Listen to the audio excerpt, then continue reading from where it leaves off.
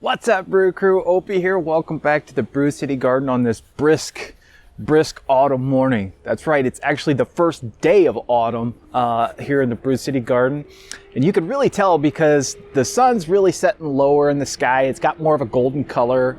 And the leaves are beginning to fall. And it's definitely fall. It's starting to kick in. So the snow is going to be flying before we know it. I'm not terribly excited about that, but with everything going on, I can't really worry about that. One thing we got to do today, though, is I want to get the carrots out of the Bale garden. Go ahead and harvest all the carrots. Now, we've been picking at these carrots throughout the season as we need them, but we got to get the garden broken down. So I want to go ahead and harvest what's left. We'll take a look at them. I'm sure we're going to find some interesting carrots, and I want to talk about that. So let's go check out the Bale garden, pull some carrots, and see what we got. Now, if you kept up with the Brew City Garden since the beginning of the season, you know that carrots are literally one of the very first things that I planted, even while the bales were still in their conditioning period, which you can get away with because you plant them so shallow. And as I said before, we just kind of come along and harvest these carrots as needed. And you'll see that some of them are less than impressive. For certain. Now this is okay for a salad or something cut up into a small meal, but at the same time we also have some very nice carrots as well. So it really just kind of depends. Carrots are really finicky. They're somewhat difficult to grow. They're definitely difficult to germinate. They need just the right conditions, but you'll find that when you grow carrots you're going to get a lot of variation, and the Brew City Garden is no exception to that. This is very impressive. This is very not impressive. So let's just start yanking these out and see what we get.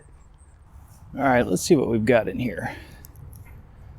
We've got a huge dandelion, which I suppose we could actually eat, but no thanks. And all right. Now look at this. This is a kind of a good example, and it covers a couple of issues. Number one, this carrot is forked out quite a bit. It's got a lot of hairy, roots on it, and it's actually split on the side.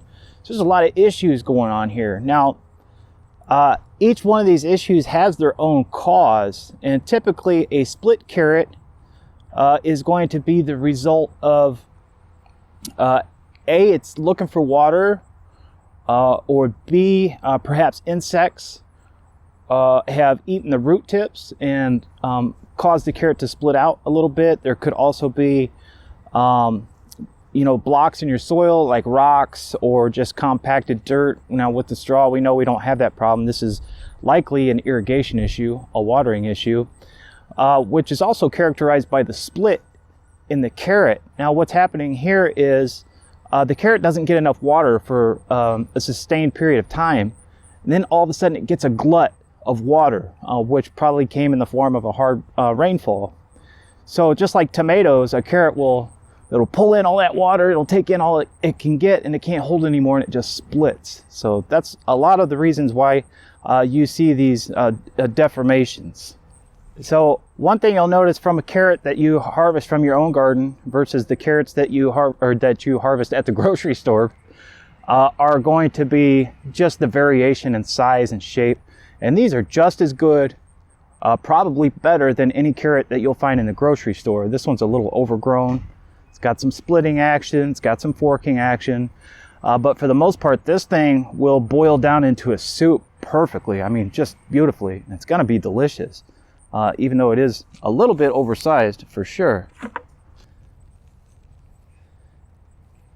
Beautiful. Now you notice this carrot is quite hairy actually, and that is an indication of over fertilization. So if your soil is too rich, you can end up with hairy carrots, but they eat just as well as a carrot that's not hairy. Another beautiful carrot. Look at that. These atomic reds are just wonderful, wonderful carrots. They're just outstanding. I've always had pretty good luck with these red carrots versus some other varieties. Oh, look at this guy. See how split that thing is? And like I said, that's just This carrot was really needed water for a very long time, and then suddenly we got just a huge downpour of rain, maybe for several days, and just like a tomato, it just couldn't take up any more water and just split. And that's what you get, and the insects get inside. There's actually a worm in here. Now technically you could cut off the good parts and eat them, yes, but we've got enough. We're just going to discard this one to the compost. Very nice carrot. Look at that sucker. I know I'm getting in the sun here, right? You can't see. Beautiful carrot. Got a little wonkiness on it, but no big deal. All right, well that does it for that bale. And we've got, well, quite a few. It's hard to tell with the tops on them, but not so bad. Lots to give away. I'll be taking a lot of these to work. And Mrs. Brew City Garden has a lot of friends that will be more than happy to take them off our hands. All right, let's move over to another row, see what we end up with. Okay, all right, so this is a different variety of carrot. You know, that's one of the reasons why I make these videos, is because I never remember what I plant and where I plant it, except for tomatoes. I always remember those. But the carrots, not so much, so I'll have to go back to one of my earlier videos and see if I can spot what actual type of carrot this is. It looks like a Danvers of some sort. I could very well be wrong there, but just beautiful nonetheless. Very nice looking carrot. So far they're coming out looking very well. Wow, look at that. About the size of my finger. I got big hands, so that's cool. And of course I've got these intercropped with basically the whole garden. So I've got them near the tomatoes, I've got them planted in my peppers. And the cool thing about carrots is they really get along with pretty much everything in your garden. I'm not sure about potatoes, but as far as like peppers and tomatoes and stuff, they really grow very well intercropped and are just very friendly. Some very nice looking carrots here. And really in good shape. They're not hairy, they're not split.